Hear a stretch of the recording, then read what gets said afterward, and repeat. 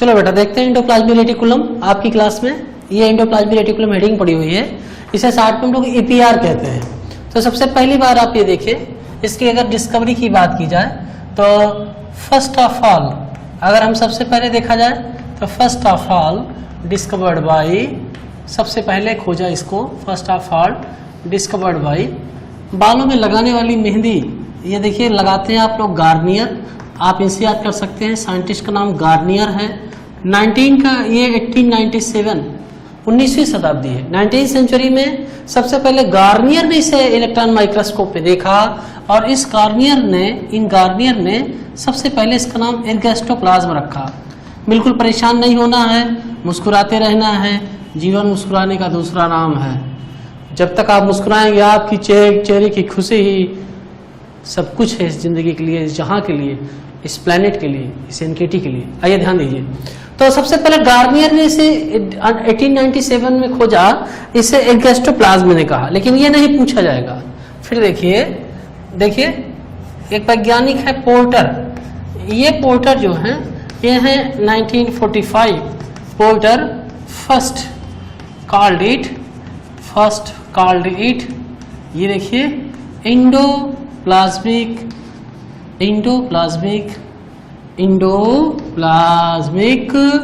Reticulum. सबसे पहले porter ने इसे सबसे पहले इंडोप्लाज्मिक रेटिकुलम कहा। अब आपके मन में एक प्रश्न आना चाहिए कि आखिर इसका नाम इंडोप्लाज्मिक रेटिकुलम क्यों है। तो अब आप इसकी कहानी सुने, हम इसकी कहानी सुनाते हैं कि इसे क्यों रखते हैं। सबसे पहले आप ये लिख लीजिए कि ये single membrane bound cell organelle है, मतलब इसके ऊपर single membrane bound cell organelle है। Single membrane bound cell organelle है ये, मैं ये कह रहा हूं कि single membrane bound cell organelle है, ये कहना चाहता हूं। कहानी सुनिए, कहानी ये है कि ये देखिए ये शेल है जिससे आप बने हुए हैं। बोलिए हाँ, हम इससे बने हुए हैं, बिल्कुल बने हुए हैं, हम भी बने हैं तो आप भी बने हुए हैं। ये पूरी जहान बना हुआ है, धरती बनी हुई है, आसमान बना हुआ है। देखिए तो इस सेल के अंदर अगर हमने न्यूक्लियस बना दिया, अगर हमने घर में न्यूक्लियस माँ बाप को रख लिया, तो हम कौन सी सेल हैं? बोलो हम यूकैरियोटिक सेल हैं। बोलो हम यूकैरियोटिक सेल हैं, मतलब ये यूकैरियोटिक सेल है। सिंपल सी बात है कि अगर आपने न्यूक्लियस बना दिया तो सेल कौन सी है? कॉमन सेंस की बात है, सेल यूकैरियोटिक सेल है, क्योंकि न्यूक्लियस बना दिया। जब न्यूक्लियस बना दिया तो इसके अंदर ये न्यूक्लियोलस बना दिया और ये इसमें प्रेम का धागा डाल दिया, जिसे क्रोमेटिन कहते हैं। इसी प्रेम के धागे को क्रोमेटिन कहते हैं। इस पूरे स्ट्रक्चर को हम लोग न्यूक्लियस कहते हैं। मतलब अगर हमको इसे खींच के लिखना तो फट से लिख दें सर ये तो न्यूक्लियस है, ये देखिए न्यूक्लियस है। अब आपको ये बात समझनी है, ये बात पॉइंट आउट करनी है कि न्यूक्लियस और ये कौन सी मेम्ब्रेन है। अगर मैं आपसे कहूं तो आप कहेंगे सर प्लाज्मा मेम्ब्रेन है। तो ये कौन सा एरिया? आप कहेंगे साइटोप्लाज्म है। तो साइटोप्लाज्म का वो एरिया जो किनारे किनारे है उसे एक्टोप्लाज्म कहते हैं। आप समझना शुरू करिए, बाहर प्लाज्मा मेम्ब्रेन है, बीच में न्यूक्लियस है, तो साइटोप्लाज्म का वो एरिया जो किनारे किनारे है उसे एक्टोप्लाज्म कहते हैं, और साइटोप्लाज्म का वो एरिया जो इसके अंदर की तरफ है उसे एंडोप्लाज्म कहते हैं। अब आपको थोड़ी थोड़ी बात समझ में आ रही होगी, बहुत बेसिक साइंस पढ़ा रहा हूं मैं आपको। यहाँ क्या लिखा है देखिए, एंडोप्लाज्मिक रेटिकुलम, मतलब वो पहली बात तो आप समझिए कि रेटिकुलम माने क्या होता है। अगर आपसे कोई पूछे रेटिकुलम माने क्या होता है तो सबसे पहले आप इसका मतलब बताइए। ये नेटवर्क लाइक स्ट्रक्चर है या नेट लाइक स्ट्रक्चर है। ये नेट लाइक स्ट्रक्चर है, ऐसे जैसे नेट होता है ऐसे ही एक स्ट्रक्चर है, इसलिए इसको रेटिकुलम कहते हैं। तो आखिर इसका एंडोप्लाज्मिक रेटिकुलम नाम क्यों पड़ा होगा, हम ये आपको सिखाना चाहते हैं। तो आपको पहली बात याद रखना है कि साइटोप्लाज्म का वो एरिया जो किनारे की तरफ है उसे हम एक्टोप्लाज्म कहते हैं, जो अंदर की तरफ है उसे एंडोप्लाज्म कहते हैं। अगर आपको ये बात पता है तो ये न्यूक्लियर मेम्ब्रेन है। इस न्यूक्लियर मेम्ब्रेन की आउटर सरफेस पर ये देखिए राइबोसोम पड़े होते हैं। मतलब न्यूक्लियर मेम्ब्रेन की जो आउटर सरफेस है उस पर राइबोसोम पड़े होते हैं। अब आप पूछे कि कौन से राइबोसोम है, कहाँ के राइबोसोम है, क्या नाम है इनका, तो भैया ये जो राइबोसोम है ये 80S राइबोसोम है। अगर आपको डर लग रहा है तो आप यही कहीं लिख लीजिए कि ये 80S राइबोसोम है। 80S राइबोसोम पढ़ा ही होगा, लेकिन जनरली एटीएस में भी 2 यूनिट होती है, हम अभी आपको उसका डिटेल पढ़ाते हैं। अगर आपने पढ़ा है तो एटीएस में 2 यूनिट होती है, एक 60s होती है और एक 40s होती है। तो जनरल कंडीशन में ये दोनों यूनिट जुड़ी नहीं रहती हैं। जनरली राइबोसोम की ये यूनिट इससे चिपकी रहती है, ये यूनिट सेपरेट रहती है। तो अगर आपसे पूछे कि सेल डिवीजन मतलब सेल प्रोटीन नहीं बना रही है, उस केस में आउटर न्यूक्लियर मेम्ब्रेन पे कौन सा राइबोसोम जुड़ा है, तो आप 80s, 40s, 60s में आप 40s का जवाब देंगे, क्योंकि जिस समय सेल प्रोटीन सिंथेसिस करेगी तब ये दोनों यूनिट जुड़ेगी, जब ये जुड़ेगी तभी तो ये बनेगा। जनरली 60s जुड़ी रहती है, इसका ध्यान रखना है आपको। इसी आउटर न्यूक्लियर मेम्ब्रेन से ये देखिए ऐसे फोल्डिंग शुरू हो जाती है। ये देखिए, ये ध्यान से देखिए, ये फोल्डिंग शुरू हो जाती हैं और ये फोल्डिंग्स कहाँ पर हैं, बिल्कुल परेशान नहीं होना है, आपको परेशान होने की कोई जरूरत नहीं है, हम आपके लिए परेशान हैं। बस आप कुर्बान रहिए, नादान रहिए और ध्यान से देखिए इस बायोलॉजी की मोहब्बत को। ये देखिए ऐसे ब्रांचिंग शुरू हो जाती है। जब ये ब्रांचिंग शुरू हो जाती है तो थोड़ा सा आप ब्रांचिंग देखिए कहाँ तक जा रही है। अगर आप ध्यान से देखें तो आउटर न्यूक्लियर मेम्ब्रेन से प्लाज्मा मेम्ब्रेन तक पूरी पहुंच गई। अब ऐसे पूरी ब्रांचिंग फैल गई। तो आपने कहा सर और कोई बात, हमने कहा जी हाँ, इसकी जो शुरुआती ब्रांचिंग है, जब ये शुरुआत में ब्रांचिंग करता है तो इसकी भी सरफेस पे आपको राइबोसोम दिखाई पड़ते हैं। जब आपको इसकी सरफेस पे राइबोसोम दिखाई पड़ते हैं तो आप इसी का नाम कहते हैं, इसी का नाम आप कहते हैं सर देखिए शायद इसको हम लोग रफ एंडोप्लाज्मिक रेटिकुलम कहते हैं। रफ एंडोप्लाज्मिक रेटिकुलम क्यों कहते हैं, क्योंकि इसकी सरफेस पे भी राइबोसोम है। तो रफ एंडोप्लाज्मिक रेटिकुलम इसलिए कहते हैं क्योंकि इसकी सरफेस पे राइबोसोम है और राइबोसोम दानेदार स्ट्रक्चर है, ग्रेनुलर स्ट्रक्चर है, इसीलिए इससे रफ एंडोप्लाज्मिक रेटिकुलम कहते हैं। जहां राइबोसोम नहीं है उसे हम लोग स्मूथ एंडोप्लाज्मिक रेटिकुलम कहते हैं। जब राइबोसोम नहीं होगा सरफेस स्मूथ होगी, राइबोसोम होगा तो सरफेस रफ होगी। तो आपको ये बात समझनी है कि जो मतलब ये एंडोप्लाज्मिक रेटिकुलम है इसके 2 टाइप हैं। जिसके ऊपर राइबोसोम है उसका नाम रफ एंडोप्लाज्मिक रेटिकुलम है और जिसके ऊपर राइबोसोम नहीं है उसका नाम स्मूथ एंडोप्लाज्मिक रेटिकुलम है। अब हम आपको पढ़ाना चाह रहे थे कि एंडोप्लाज्मिक रेटिकुलम क्यों कहते हैं, तो सबसे पहले आप ये समझिए कि एंडोप्लाज्मिक इसलिए कहते हैं क्योंकि ये इनसाइड साइटोप्लाज्म है। ये बात ध्यान रखें आप, एंडोप्लाज्मिक रेटिकुलम इसलिए कहते हैं कि ये इनसाइड साइटोप्लाज्म है। और रेटिकुलम क्यों कहते हैं ये बात सीखिए। पोर्टर की जो वाइफ थी, जो पोर्टर थे, इनकी जो वाइफ थी, कहाँ गए पोर्टर साहब, ये पोर्टर जो थी इनकी जो वाइफ थी, ये इनकी जो पत्नी थी, मतलब मैं यहाँ पत्नी लिख देता हूँ, ये शॉपिंग बहुत करती थी, शॉपिंग समझ रहे ना, वो खरीदारी बहुत करती थी। तो इन्होंने एक पर्स खरीदा था, इनकी एक पर्स थी और वो पर्स जो थी वो रेटिक्यूल कंपनी की थी। किस कंपनी की थी, रेटिक्यूल कंपनी की थी और उस पर्स पे ऐसे ही लोगो बना था। समझे इस बात को कि ये पोर्टर जो है इनकी पत्नी ने पर्स खरीदा था, उस पर्स जो है वो रेटिक्यूल कंपनी की थी और उस पर्स के ऊपर कुछ ऐसा ही साइन बना था, इसलिए इसका नाम इन्होंने एंडोप्लाज्मिक रेटिकुलम कहा। तो इसका रियल मीनिंग क्या हुई कि एक स्ट्रक्चर है जो साइटोप्लाज्म के अंदर पड़ा हुआ है और जिसमें नेट जैसा स्ट्रक्चर है, इस स्ट्रक्चर को एंडोप्लाज्मिक रेटिकुलम कहते हैं, इसलिए शायद इसको एंडोप्लाज्मिक रेटिकुलम पोर्टर ने कहा होगा। तब आपको मैंने सिखाया क्या क्या कि single membrane bound cell organelle है। अगर आप इसकी ओरिजिन देख लें, सिंपल सा देखें, दिल को धड़कना है, दिल को धड़कने दो, परेशान मत हो, परेशान करते रहो। तो अगर आप इसकी ओरिजिन देखें तो ये देखिए ओरिजिन क्या है, यहां पर देखिए मैंने लिखा है outer nuclear membrane, outer nuclear क्या बेटा मेम्ब्रेन, ये देखिए आउटर न्यूक्लियर मेम्ब्रेन। अब आपको वहां साफ साफ दिख रहा है, अगर आप ध्यान से देखें तो ये आउटर न्यूक्लियर मेम्ब्रेन ही तो है। इससे किसका फॉर्मेशन होगा, रफ एंडोप्लाज्मिक रेटिकुलम का। और रफ एंडोप्लाज्मिक रेटिकुलम से जब आप राइबोसोम हटा देंगे, रफ एंडोप्लाज्मिक रेटिकुलम से अगर राइबोसोम हटा देंगे, राइबोसोम्स हटा देंगे तो जो स्ट्रक्चर बनेगा वो स्मूथ एंडोप्लाज्मिक रेटिकुलम बनेगा। यह है कॉन्सेप्ट। तो अगर आपसे कोई पूछे ओरिजिन, तो इसकी आउटर न्यूक्लियर मेम्ब्रेन से रफ एंडोप्लाज्मिक रेटिकुलम बनता है, रफ एंडोप्लाज्मिक रेटिकुलम से स्मूथ एंडोप्लाज्मिक रेटिकुलम बनता है। तो हमने आपको पहले डिस्कवरी बताई, क्यों कहते हैं ये बताया, अब हम आपको बता रहे हैं ओरिजिन। इसके बाद आप यहाँ पर फोकस करें, अकरेंस क्या है, कहाँ पर पाई जाती है सेल में, ये देखना है। अकरेंस देखिए, अगर आप अक्रेंस मतलब सेल में कहां पर पाई जाती है, किस सेल में कहां पाई जाती है, बिल्कुल परेशान नहीं होना है। फिर से हमने लिखा कि ये single membrane bound cell organelle है, बार बार लिख रहा हूं कि इसके ये सिंगल मेम्ब्रेन की बनी है, single membrane bound cell organelle है।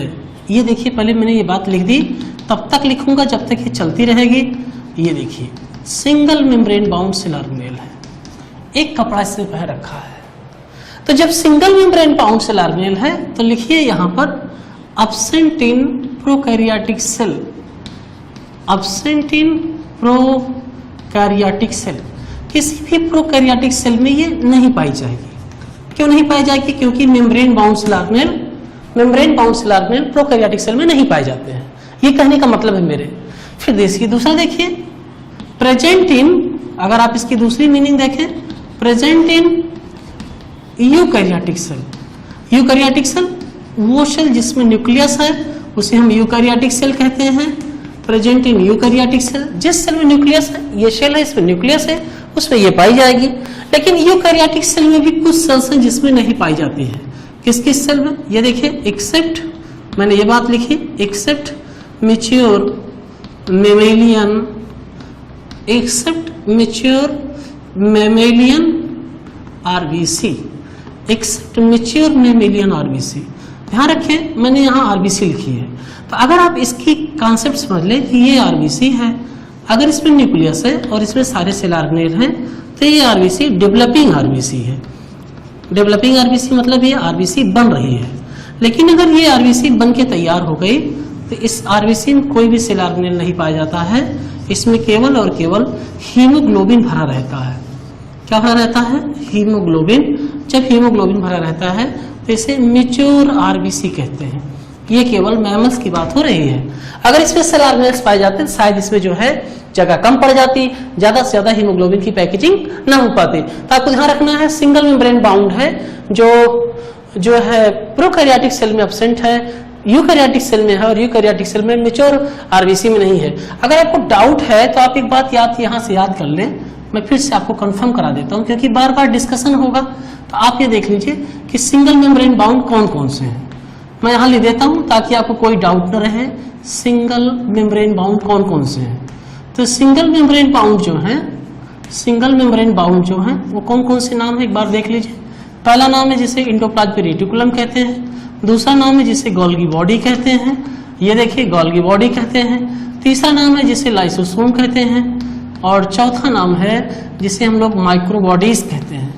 ये चार ऐसे स्ट्रक्चर हैं यूकैरियोटिक सेल में जिनके ऊपर एक मेम्ब्रेन पाई जाती है। याद रखिए इसको, आपको काम देगा, जिंदगी भर काम देगा, मरने के बाद भी काम देगा, स्वर्ग में जाने के बाद काम देगा, लौटे भी काम देगा, अगले 7 जन्म तक काम देगा, ये मेरा वादा है। अब आप देखिए स्ट्रक्चर देखिए इसका एंडोप्लाज्मिक रेटिकुलम का। पहली बात तो आप ये जान लीजिए कि एंडोप्लाज्मिक रेटिकुलम का एक दूसरा नाम और है, इसे हम लोग सिस्टम ऑफ मेम्ब्रेन्स कहते हैं। सिस्टम ऑफ मेम्ब्रेन्स इसलिए कहते हैं कि अगर आप इसे ध्यान से देखें तो ये जो है न्यूक्लियर मेम्ब्रेन से प्लाज्मा मेम्ब्रेन तक फैली पड़ी हुई है। शायद ये देखिए ध्यान से देखिए, ये एनएम से लेके पीएम तक फैली है। तो यहाँ एनएम का मतलब क्या हुआ? न्यूक्लियर मेम्ब्रेन, पीएम का मतलब हुआ प्लाज्मा मेम्ब्रेन। एनएम से लेके पीएम तक फैली हुई है, इसलिए इसको हम लोग सिस्टम ऑफ मेम्ब्रेन्स कहते हैं। ये देखिए ये आउटर न्यूक्लियर मेम्ब्रेन है, ये प्लाज्मा मेम्ब्रेन है, इसके बीच में ये स्ट्रक्चर पड़ा हुआ है। आपको ये देखना है कि इस स्ट्रक्चर में जो एंडोप्लाज्मिक रेटिकुलम है इसमें क्या क्या स्ट्रक्चर आपको दिखाई पड़ते हैं। तो देखिए सबसे पहला जो स्ट्रक्चर है उसे हम लोग सिस्टर्नी कहते हैं। ये पहला स्ट्रक्चर है जो आपको देखने को मिल जाएगा, सिस्टर्नी।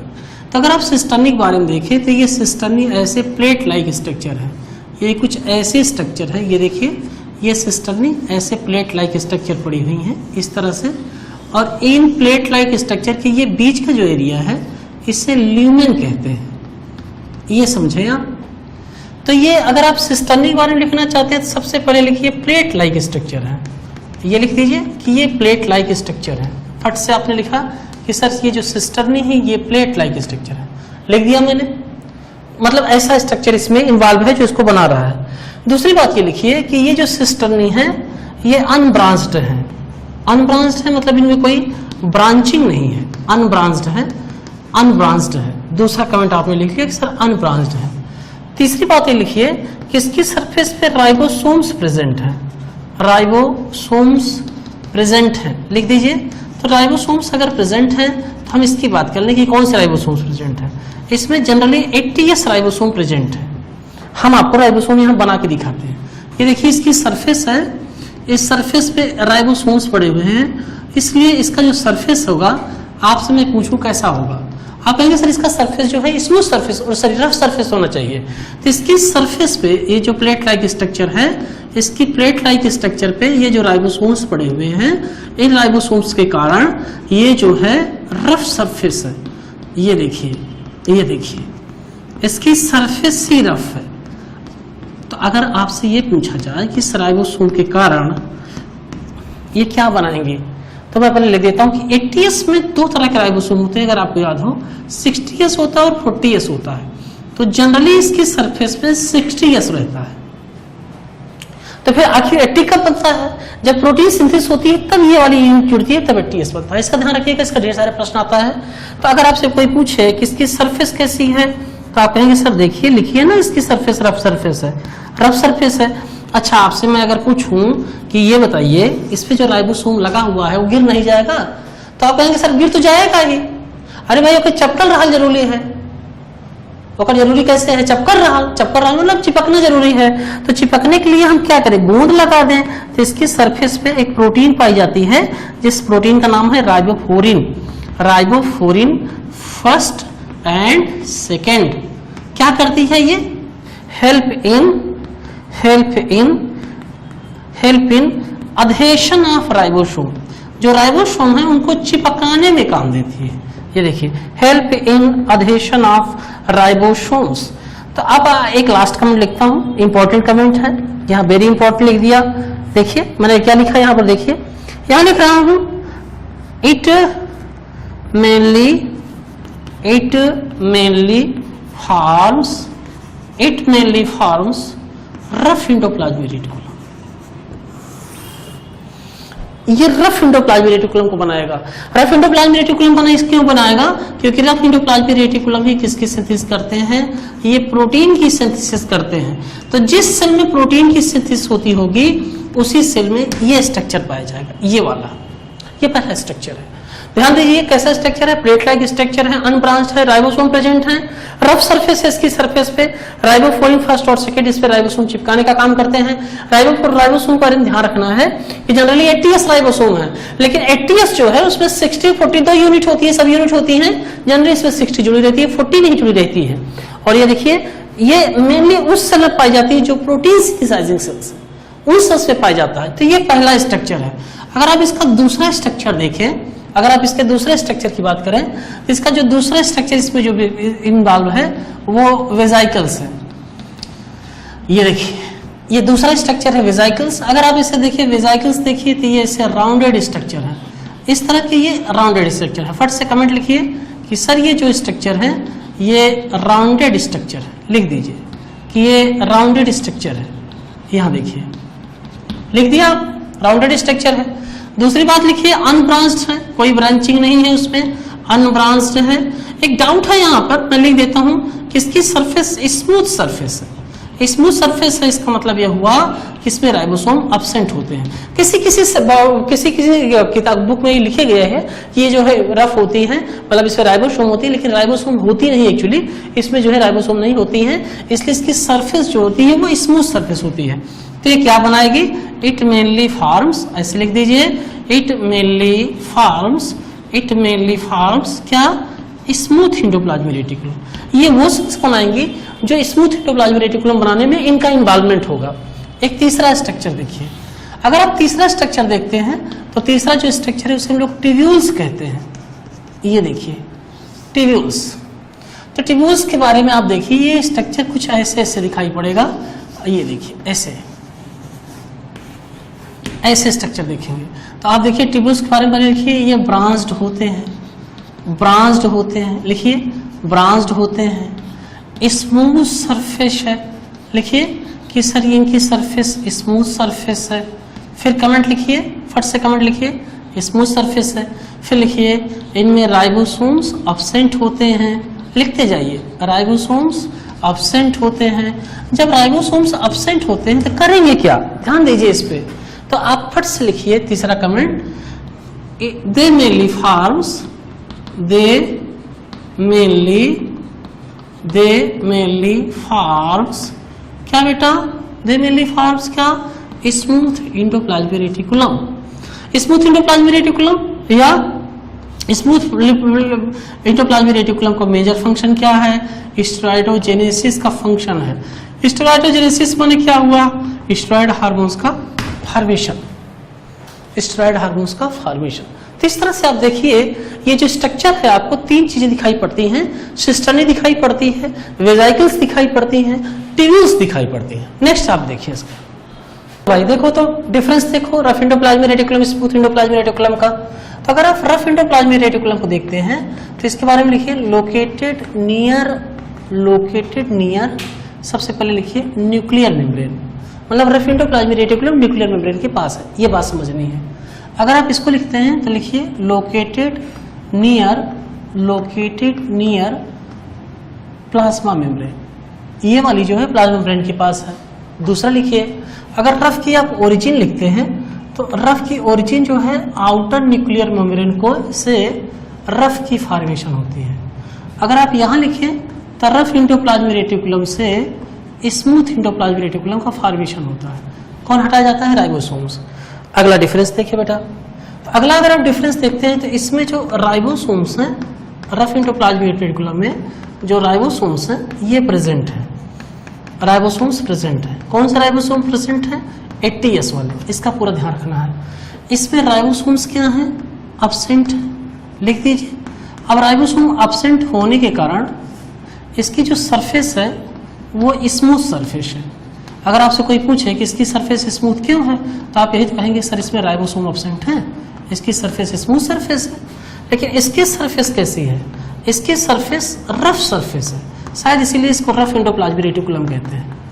ये देखिए और भी डिफरेंसेस हैं, चिंता न करें, बहुत सारे डिफरेंसेस हैं, आप देखते जाएं बस। ये देखिए रफ को अगर देखा जाए तो इसमें ये प्रोटीन पड़ी है, कौन सी प्रोटीन है, इसका नाम क्या है, राइबोफ्लोरिन प्रोटीन पड़ी है। ये राइबोफ्लोरिन प्रोटीन क्या करती है, ये राइबोसोम को चिपकाने का काम करती है। राइबोफ्लोरिन प्रोटीन इस पे प्रेजेंट है, लेकिन इसमें राइबोफ्लोरिन प्रेजेंट प्रोटीन क्या है, अब्सेंट है, क्योंकि जब राइबोसोम है ही नहीं तो चिपकाएंगे किसको, ये ध्यान रखना है आपको।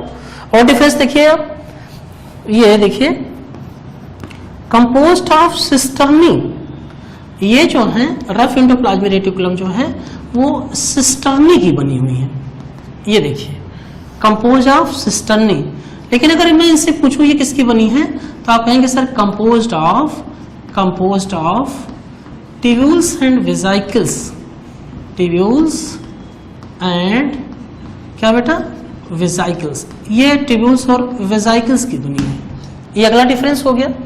और डिफरेंस देखिए, अगर आप ये देखिए दोनों के डिफरेंस और देखें, रफ से स्मूथ की ओरिजिन हो गई, तो अब आपको अगला जो डिफरेंस देखना है, ये सिस्टर्नी बनी है, ये जो है ट्यूब्यूल्स और वेजाइकल्स की बनी है। इसके सिवा ये देखिए ये मोर स्टेबल है, मतलब ये स्टेबिलिटी इसमें ज्यादा है, ये मोर स्टेबल है, इसके कंपैरिजन में ये लेस स्टेबल है। ये देखिए अगर आप इसके फंक्शन का डिफरेंस देखें तो एनसीईआरटी ने इसके दो फंक्शन लिखे हैं। पहला फंक्शन लिखा है कि ये प्रोटीन की सिंथेसिस करती है, प्रोटीन की सिंथेसिस करती है एंड सिक्रीशन करती है। ये देखिए प्रोटीन की सिंथेसिस एंड सिक्रीशन, मैं इसे घेर दे रहा हूं क्योंकि इसको एनसीईआरटी ने लिखा हुआ है। यहां पर देखिए ये स्टेरॉयडल हार्मोन्स बनाती है, स्टेरॉयड सिंथेसिस करती है, ऐसे नोट कर ले आप, ये एनसीईआरटी ने लिखा है। इसके सिवा हमें क्या क्या लिखना है, ये लिपिड की सिंथेसिस करती है, ऐसी सेल्स पे पाई जाती है जो लिपिड का हार्मोन्स बनाती हैं या कोई लिपिड का प्रोडक्ट बनाती हैं, और ये ग्लाइकोजन की मेटाबॉलिज्म करती है।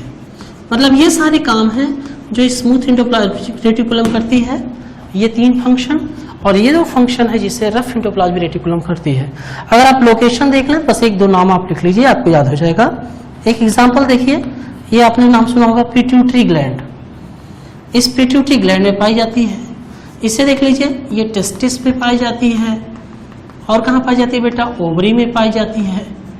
ये इसकी लोकेशंस है। आपको ये पूरे डिफरेंसेस अच्छे से क्लियर कट आने चाहिए। हम लोग पहले रफ और स्मूथ का जो है कॉमन फंक्शन देखेंगे, फिर दोनों का अलग अलग फंक्शन देखेंगे। आइए शुरू करते हैं कॉमन फंक्शन में। सबसे पहला जो फंक्शन है दोनों एंडोप्लाज्मिक रेटिकुलम का, सबसे पहला है लोकलाइजेशन ऑफ सेल ऑर्गेनेल्स। ये कोई खास फंक्शन नहीं है, बस आपको समझना है। लोकलाइजेशन ऑफ सेल ऑर्गेनेल्स ये पहला दोनों एंडोप्लाज्मिक रेटिकुलम का फंक्शन है, लोकलाइजेशन ऑफ सेल ऑर्गेनेल्स। इसका मतलब ये हुआ कि जैसे सोचिए ये एंडोप्लाज्मिक रेटिकुलम है, रफ और स्मूथ है, इसके आसपास इधर माइटोकॉन्ड्रिया, इधर गोल्गी बॉडी है, लाइसोसोम है, ये सारे हैं। मतलब कुल मिला के सेल ऑर्गेनेल्स को लोकेशन देने का काम करता है। दूसरा देखिए बेसिक फंक्शन है, इनका इस्तेमाल दोबारा नहीं करना है। ये देखिए सरफेस एरिया, अगर आप देखिए दोनों एंडोप्लाज्मिक रेटिकुलम जो है सरफेस एरिया, जो एंडोप्लाज्मिक रेटिकुलम है ये फोल्डेड है, फोल्डिंग्स है, इसमें फोल्डेड है। अगर आप ध्यान से देखिए तो ये फोल्डिंग से फोल्डेड है। इससे जो सरफेस एरिया है एंजाइम्स के लिए, बाइंडिंग ऑफ एंजाइम्स के लिए वो बढ़ जाता है। बाइंडिंग ऑफ एंजाइम्स के लिए या आप कह सकते हैं मेटाबॉलिज्म के लिए, फोल्डेड होने के कारण जो मेटाबॉलिज्म का रेट है सेल में, जो काम करने का रेट है, मेटाबॉलिज्म का रेट है सेल के अंदर, ये लगभग 200 से 300 गुना बढ़ जाता है इस फोल्डिंग के कारण। ये दोनों के कॉमन फंक्शन है। तीसरा फंक्शन देखिए सिक्रीशन का फंक्शन है। अगर आप सिक्रीशन देखें तो सिक्रीशन में क्या रूट है, अगर आप देखें तो सिक्रीशन क्या होता है, रफ से प्रोटीन बनती है, फिर रफ से कहाँ जाती है, स्मूथ में, स्मूथ से कहाँ जाती है, गोल्गी बॉडी में, और ये गोल्गी बॉडी उसे सेल के आउटसाइड बाहर भेज देती है। ये हो गया इसका सिक्रीशन का रूट। एक और फंक्शन देखिए डेस्मोटिब्यूल्स का फंक्शन देखिए। डेस्मोटिब्यूल्स ये मैंने आपको प्लांट के सेल वॉल में पढ़ाया था कि डेस्मोटिब्यूल्स क्या है। ये देखिए एक प्लांट सेल ये है, दूसरी प्लांट सेल ये है, और इन दोनों प्लांट सेल में जो कनेक्शन है इसके थ्रू गोल्गी बॉडी के जो मटेरियल्स हैं, ट्यूब्यूल्स ऑफ एंडोप्लाज्मिक रेटिकुलम हैं, ट्यूब्यूल्स ऑफ एंडोप्लाज्मिक रेटिकुलम हैं, ये क्या करते हैं, इसके थ्रू ये जो सेल है इसके थ्रू एक सेल के मटेरियल को दूसरे सेल में भेजने का काम करते हैं। तो डेस्मोटिब्यूल्स क्या हैं, ये साइटोप्लाज्मिक कनेक्शन है, एंडोप्लाज्मिक रेटिकुलम की ट्यूब्यूल्स हैं जो एक सेल से दूसरे सेल में मटेरियल को भेजने का काम करती हैं। ये दोनों के बेसिक फंक्शन है, मतलब सेल ऑर्गेनेल्स को लोकेशन देना, सरफेस एरिया बनाना, सिक्रीशन करना, डेस्मोटिब्यूल्स का फॉर्मेशन करना। एक बात और देखिए सेल ऑर्गेनेल्स का फॉर्मेशन करना, ये भी आप देख ले, सेल ऑर्गेनेल्स का फॉर्मेशन करना। सेल ऑर्गेनेल्स का फॉर्मेशन कैसे होता है, ये देखिए रफ से किसका फॉर्मेशन होता है, स्मूथ का होता है, स्मूथ से किसका फॉर्मेशन होता है, गोल्गी बॉडी का होता है, गोल्गी बॉडी से किसका फॉर्मेशन होता है, लाइसोसोम का फॉर्मेशन होता है। इस तरह से देखें तो दोनों के कॉमन फंक्शन है कि ये सेल ऑर्गेनेल्स का फॉर्मेशन भी करते हैं, ये दोनों के कॉमन फंक्शन है। अब आइए हम इनके डिफरेंट अलग अलग फंक्शन देखते हैं, सेपरेट फंक्शन देखते हैं। तो सबसे पहले आप देखिए function of rough endoplasmic reticulum. Rough endoplasmic reticulum का फंक्शन क्या है, आरईआर का फंक्शन क्या है। तो सबसे पहले आप रफ एंडोप्लाज्मिक रेटिकुलम का अगर फंक्शन देखें तो ये प्रोटीन की सिंथेसिस करता है। लिख लीजिए कि प्रोटीन की सिंथेसिस करता है। प्रोटीन की सिंथेसिस इसलिए करता है क्योंकि इसकी सरफेस पे राइबोसोम पड़े हुए हैं। तो कौन सी प्रोटीन की सिंथेसिस करता है, ये प्रोएंजाइम्स की सिंथेसिस करता है। प्रोएंजाइम्स किसे कहते हैं, वो एंजाइम्स जो इनएक्टिव हैं उनका फॉर्मेशन करता है, इनएक्टिव एंजाइम्स का फॉर्मेशन करता है, इनएक्टिव एंजाइम्स का फॉर्मेशन करता है। जितने भी आप सेल में इनएक्टिव एंजाइम्स पढ़ते हैं, जैसे आपने पढ़ा होगा पेप्सिनोजन पढ़ा होगा, बोलिए हाँ सर पढ़ा है, पेप्सिनोजन पढ़ा होगा, आपने ट्रिप्सिनोजन पढ़ा होगा। तो ये जो एंजाइम्स हैं ये इनएक्टिव एंजाइम्स हैं। ये देखिए आपने प्रो इंसुलिन पढ़ा होगा जिससे बाद में इंसुलिन का फॉर्मेशन होता है। तो ये जो फॉर्मेशन है इन सारी चीजों का फॉर्मेशन रफ एंडोप्लाज्मिक रेटिकुलम करता है। ये पहली बात है रफ एंडोप्लाज्मिक रेटिकुलम का फॉर्मेशन। दूसरा देखिए अगर आप देखिए हार्मोन्स की सिंथेसिस करता है, हार्मोन्स की सिंथेसिस करता है। अगर आप हार्मोन्स की सिंथेसिस के बारे में इसका एक्सप्लेनेशन देखें तो भैया जितने भी प्रोटीनियस हार्मोन हैं सबका फॉर्मेशन रफ एंडोप्लाज्मिक रेटिकुलम करता है। प्रोटीनियस हार्मोन्स हैं उनका फॉर्मेशन रफ एंडोप्लाज्मिक रेटिकुलम करता है। एग्जाम्पल लिख लीजिए, देखिए ग्रोथ हार्मोन आपने पढ़ा होगा, ये ग्रोथ हार्मोन जो है प्रोटीन का हार्मोन है, ग्रोथ हार्मोन जो है प्रोटीन का हार्मोन है। और नाम देख लें आप, इंसुलिन जो है ये भी प्रोटीन का हार्मोन है। ग्लूकागॉन देख लें, ये भी प्रोटीन का हार्मोन है। ये जितने भी प्रोटीन के हार्मोन है सबका फॉर्मेशन रफ एंडोप्लाज्मिक रेटिकुलम करती है। तीसरी बात देखिए, नीट ने इस साल पूछा, इसका फंक्शन देखिए, नीट यूजी 2019 इस साल का क्वेश्चन देखिए, रफ एंडोप्लाज्मिक रेटिकुलम का देखिए, एनसीईआरटी का फंक्शन देखिए। एनसीईआरटी ने भी इस बात को लिखा है, क्या लिखा उसने? एनसीईआरटी ने निसल्स बॉडीज के बारे में एक्सप्लेनेशन किया है। निसल्स बॉडीज या निसल्स ग्रेन्यूल्स कहते हैं। ये देखिए, ये भी रफ एंडोप्लाज्मिक रेटिकुलम का एक फंक्शन है, बड़ा फंक्शन है, सीखना है आपको। देखो बेटा, ये जब आप सेल बनाते हैं नर्व सेल तो कुछ ऐसे बनाते हैं, ये ऐसे नर्व सेल बनाती है। अगर आपको पता होगा तो ये इसे हम लोग, ये जो स्ट्रक्चर है इसे हम लोग डेंड्राइट्स कहते हैं। क्या कहते हैं इसे? डेंड्राइट्स कहते हैं। ये जो स्ट्रक्चर है इसे हम लोग एक्सॉन कहते हैं। ये ऐसे एक्सॉन चलता है, फिर ऐसे यहाँ पर ये देखिए ऐसे स्ट्रक्चर बन जाता है। इस स्ट्रक्चर को हम लोग सोमा कहते हैं। ये जो बीच में है यहाँ पर न्यूक्लियस है और यहाँ पर देखिए ऐसे फोल्डिंग्स पड़ी हैं रफ एंडोप्लाज्मिक रेटिकुलम की। इन फोल्डिंग्स के ऊपर ये देखिए नर्व सेल में, इन फोल्डिंग्स के ऊपर राइबोसोम पड़े हुए हैं। इसी स्ट्रक्चर को निजल्स बॉडीज कहा जाता है। तो अगर आपको निजल बॉडीज का एक्सप्लेनेशन करना है तो कैसे करेंगे? ये लिखिए कि सर देखिए नर्व सेल में, ऐसे लिखना शुरू करिए कि जो ये नर्व सेल है, इस नर्व सेल में रफ एंडोप्लाज्मिक रेटिकुलम को, रफ एंडोप्लाज्मिक रेटिकुलम में जिसमें 80 राइबोसोम है, रफ राइबोसोम आ ही गया, इसे हम लोग निजल बॉडीज कहते हैं। क्या कहते हैं? निजल्स बॉडीज कहते हैं। और ये निजल्स बॉडीज बेटा प्रोटीन की सिंथेसिस करते हैं। क्या करते हैं? प्रोटीन की सिंथेसिस करते हैं। ये आपको याद करना है। तो पहला फंक्शन हो गया, प्रोटीन की सिंथेसिस करते हैं, हार्मोन्स की सिंथेसिस करते हैं। एक तीसरा फंक्शन हो गया, ये पहला हो गया, ये दूसरा हो गया, ये तीसरा हो गया। एक चौथा फंक्शन देखिए, माइक्रोसोम्स का कॉन्सेप्ट आता है, आपको पढ़ना है। ये भी रफ एंडोप्लाज्मिक रेटिकुलम है, पूछा जाएगा माइक्रोसोम्स क्या है। देखिए ये लैब वर्क है, लैब में ऐसे एक जो है ऐसे ट्यूब जैसा स्ट्रक्चर होता है। इस ट्यूब जैसे स्ट्रक्चर पे हम लोग ऐसे यहाँ पर प्लस लगाते हैं, यहाँ माइनस लगा देते हैं। और इस ट्यूब जैसे स्ट्रक्चर में हम लोग ऐसे plate like structure smooth endoplasmic reticulum डाल देते हैं, इसमें रफ और राइबोसोम्स डाल देते हैं और इन्हीं के फ्रेगमेंट्स को, मतलब आप कह सकते हैं ये फ्रेगमेंट्स ऑफ, इन्हीं के फ्रेगमेंट्स को fragments of rough endoplasmic reticulum ये लिखना है। तो रफ एंडोप्लाज्मिक रेटिकुलम के फ्रेगमेंट्स को हम लोग माइक्रोसोम्स कहते हैं। ये काम हम लोग लेबोरेटरी में देखते हैं, आपको ये लैब में देखने को मिल जाएगा, ये नेचुरली नहीं दिखाई पड़ता है। तो पहला फंक्शन हो गया, प्रोटीन बनाते हैं, हार्मोन्स बनाते हैं, निसल्स बॉडीज, ये इंपॉर्टेंट है, पूछा जाता है, ध्यान रखना इसका। माइक्रोसोम्स का फॉर्मेशन करते हैं, इस तरह की एक ट्यूब होती है, इसी ट्यूब में जब हम राइबोसोम को, स्मूथ एंडोप्लाज्मिक रेटिकुलम को डालते हैं तो उसके फ्रेगमेंट्स को हम लोग माइक्रोसोम्स कहते हैं। एक चीज और आप देख लें, रफ एंडोप्लाज्मिक रेटिकुलम से किसका फॉर्मेशन होता है? रफ से स्मूथ का फॉर्मेशन होता है, मतलब ये सेल ऑर्गेनेल्स के फॉर्मेशन में भी मदद करती है, ये ध्यान रखना है आपको। तो अब आप स्मूथ एंडोप्लाज्मिक रेटिकुलम के फंक्शन देखें। जब आप सेल देखते हैं, ऐसे सेल बनाते हैं, यहाँ पर आप न्यूक्लियस बनाते हैं, फिर आप यहाँ पर ऐसे कह रहे हैं सर ये देखिए रफ एंडोप्लाज्मिक रेटिकुलम पहले होती है, ये देखिए पहले रफ होती है, फिर स्मूथ का फॉर्मेशन होता है, ये आपको मैंने 10 बार पढ़ाया है। तो स्टेरॉयड हार्मोन की सिंथेसिस करते हैं, तो स्टेरॉयड फॉर्मेशन को हम लोग स्टेरॉयडोजेनेसिस भी कह सकते हैं।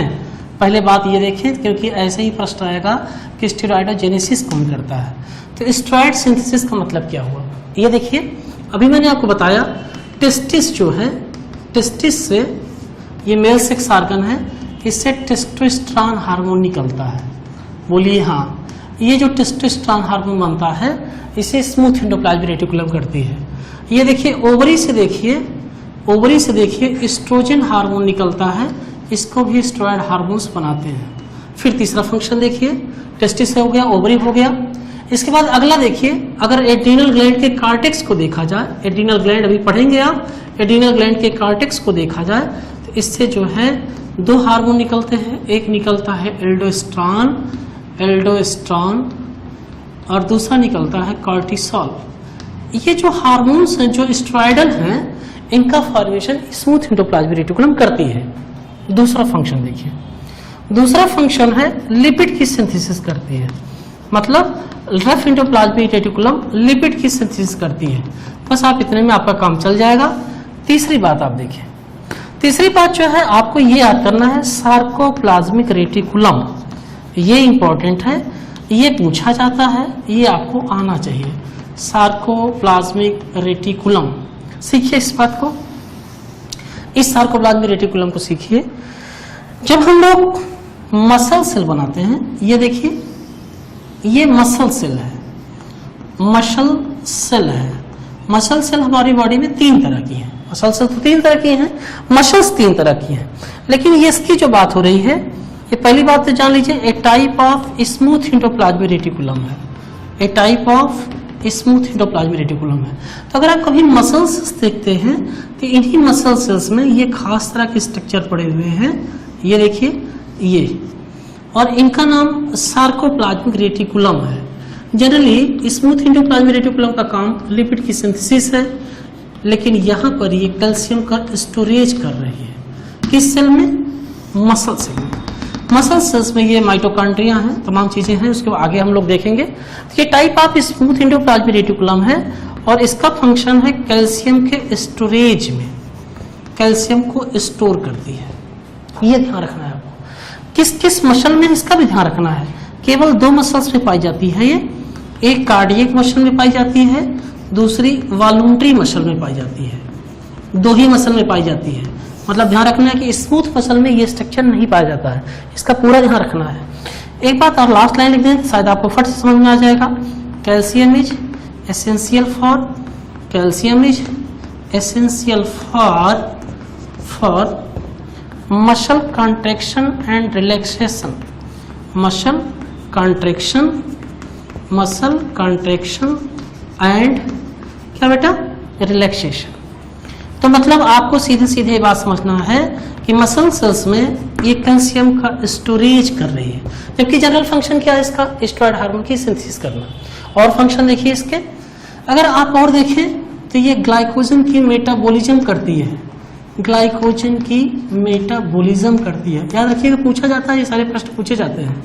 ग्लाइकोजन की मेटाबॉलिज्म, ग्लाइकोजन की मेटाबॉलिज्म कहाँ करती है ये भी देख लीजिए। ये काम लीवर सेल्स में करती है। क्या क्या करती है? दो टर्म है आपको सीखना, एक है ग्लाइकोजेनेसिस करती है।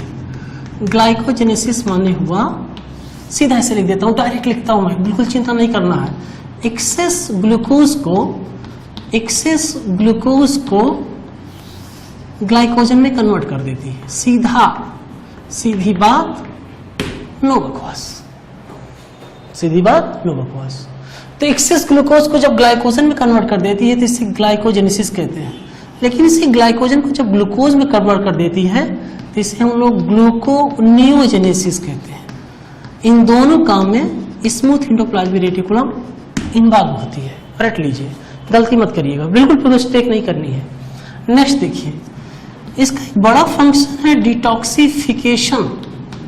ये देखिए डिटॉक्सिफिकेशन, डिटॉक्सिफिकेशन मतलब हुआ, सीधा लिखिए बेटा, removal of toxic substance, removal of toxic substance.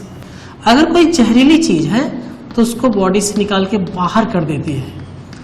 Example ये देखिए, एग्जाम्पल देख लीजिए, आपको पता चल जाएगा। ये बारबीच्यूरेट्स एक खास तरह की ड्रग्स हैं। बारबीच्यूरेट्स एक खास तरह की ड्रग्स हैं। Barbiturates is removed by SCR of liver cell. ये देखिए इंपॉर्टेंट है, आप अगर ध्यान से देखें तो सबके सब इंपॉर्टेंट है। सबसे खास इंपॉर्टेंट ये है, ये NCERT में है, आपको सीखना है, बहुत ही इंपॉर्टेंट है ये। मैं यहाँ लिख देता हूँ और ये भी बात लिखता हूँ, एनसीईआरटी में है। कहाँ मिलेगा? कॉमन सेंस की बात है, मसल्स में मिलेगा। ये स्ट्रक्चर कहाँ मिलेगा? मसल्स में मिलेगा।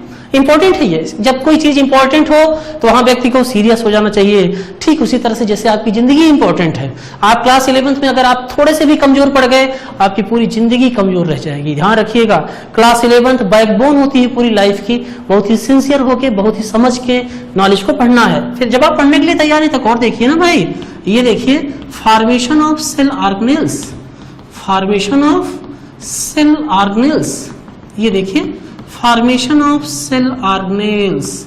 ये देख बेटा, अगर आप इसकी बात करते हैं तो इसमें देखिए स्मूथ एंडोप्लाज्मिक रेटिकुलम से दो चीजें बन सकती हैं, कंडीशनल हैं। एक तो बन सकता है गोल्गी बॉडी और दूसरा बन सकता है क्या बेटा? लाइसोसोम्स। ध्यान देना जो है, दो खास इंपॉर्टेंट बातें हैं जो सीख के रखनी है आपको। एक आपको याद करना है डिटॉक्सिफिकेशन, दूसरा याद करना है आपको सार्कोप्लाज्मिक रेटिकुलम। गलती मत करिएगा, खास करके दो शेल में है, मैं फिर से अंडरलाइन कर दे रहा हूं, कार्डियक और वॉल्यूंटरी मसल्स में। इसका पूरा ध्यान रखना है आपको।